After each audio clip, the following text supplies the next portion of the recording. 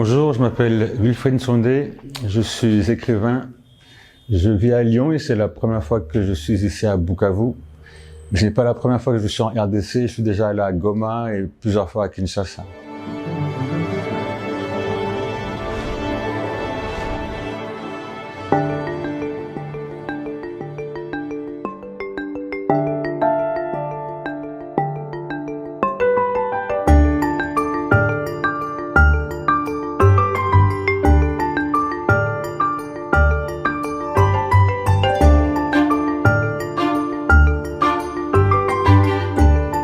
J'écris depuis l'âge de 14-15 ans, mais je suis publié depuis 2017, donc ça fait 15 ans.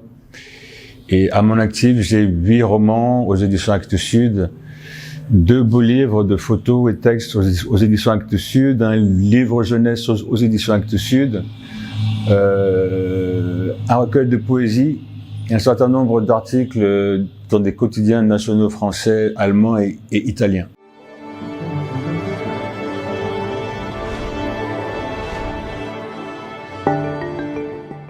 J'ai grandi en France, hein, voilà, donc parce que je suis né au Congo-Brazzaville, que j'ai quitté à l'âge de 4 ans. Et au bout de 25 ans, j'avais envie de revenir en France pour plusieurs raisons, notamment parce que quand on vit de la littérature et qu'on écrit en français, il y a beaucoup plus d'opportunités quand on habite en France.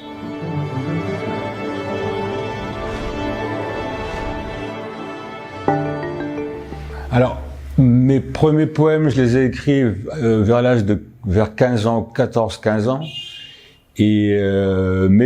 Voilà, la prose, je l'ai commencé autour de 36 ans.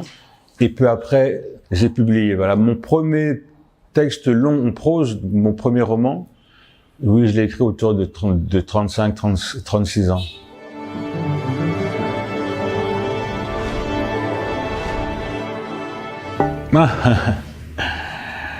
D'abord, il faut, voilà, il y a une inspiration qui peut naître dans des circonstances diverses. Il n'y a pas de règle pour ça, pour l'inspiration. Ensuite, voilà, j'écris une première version, mais vraiment, je conçois le travail de l'écrivain non pas comme de l'écriture, mais de la réécriture. Voilà, et je le fais en partenariat avec un éditeur, voilà, qui m'accompagne, qui a ce recul, ce regard extérieur, qui lui permet de mettre le doigt sur toutes les faiblesses de mon texte, de manière à ce que je puisse corriger et de version en version, je bonifie le texte. Voilà.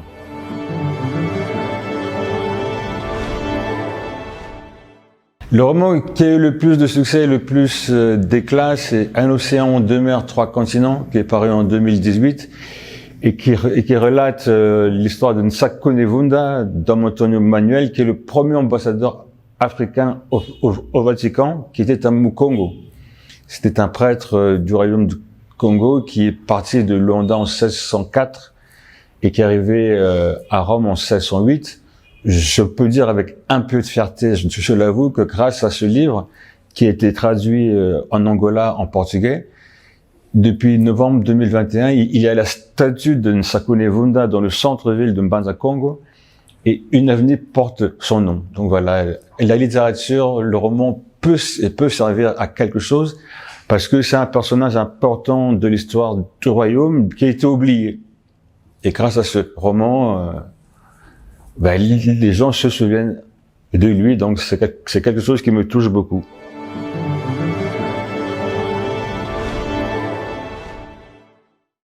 Ouh là là, dès que j'ai appris à lire à l'école primaire, j'ai aimé lire, donc j'ai lu beaucoup de choses. Alors je me souviens que quand j'étais petit, il y avait un personnage qui me fascinait, hein, quand j'avais 6-7 ans. Il s'appelait Oui Oui. C'est un taximan au pays des jouets.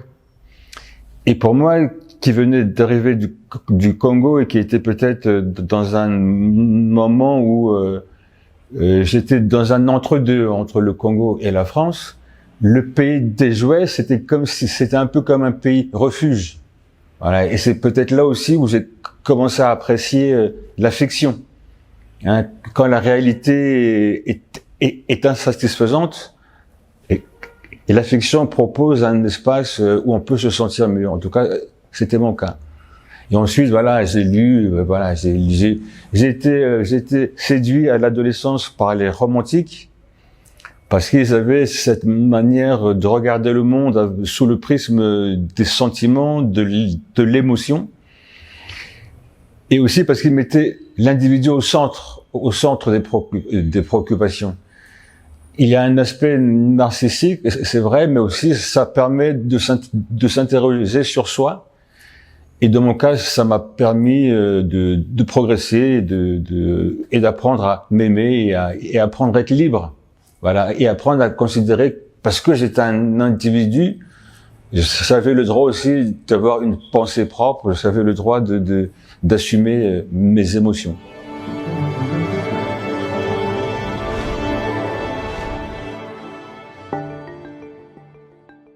Ah ben, l'écrivain est un lecteur. Hein. Ah oui, moi j'adore lire, j'en ai besoin. Je n'ai pas de télévision chez moi. Oui, je lis beaucoup. Je lis au moins un roman par semaine. Ouf, bah oulala, j'en ai vraiment beaucoup. Beaucoup, c'est vrai. Ben, je citerai Chikaya Utamsi. Je citerai Baudelaire. Et je citerai Friedrich Nietzsche.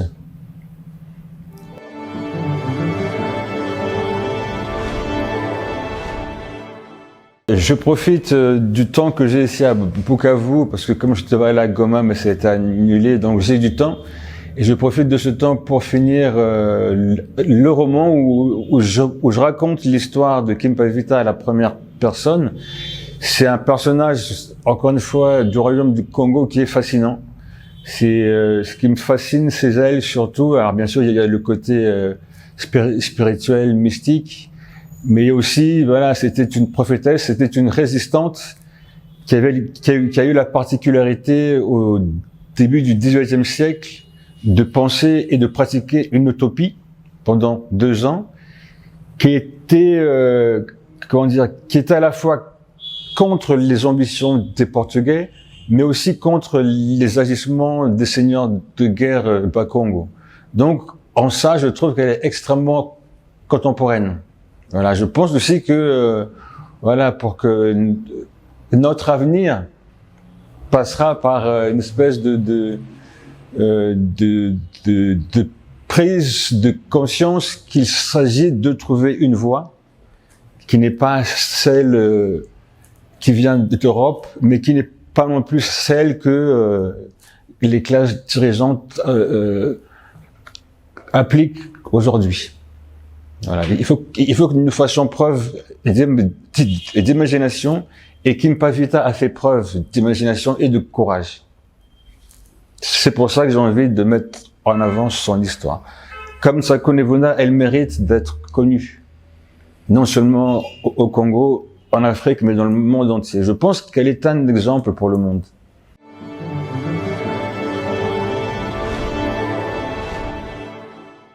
Pas directement rencontré des jeunes écrivains, j'ai parlé avec des professeurs, un libraire, j'ai parlé avec des étudiants. Je suis allé visiter la libraire, là, c'est la librairie des Grands Lacs, hein, c'est ça, elle est vraiment magnifique, ça fait vraiment chaud au cœur de voir la place qui est donnée aux livres dans ce lieu-là. Vraiment, c'est super. Et oui, on a eu des échanges intéressants, très courtois et très instructifs. Voilà, parce que je ne connais pas la situation du livre ici à Bukavu, j'ai pu en avoir un aperçu. Et il y a de vrais amoureux du livre dans cette ville, donc ça fait plaisir. Voilà, et j'espère vraiment, c'est un appel que je lance, hein, que voilà, si j'ai bien fait mon travail et que le roman intéresse, j'aimerais vraiment venir ici en parler à Bukavu, mais aussi à Goma, à Kinshasa, enfin, à Brazzaville, à Mbanza Congo, voilà, parce que c'est un livre pour nous, pour vous, pour nous tous.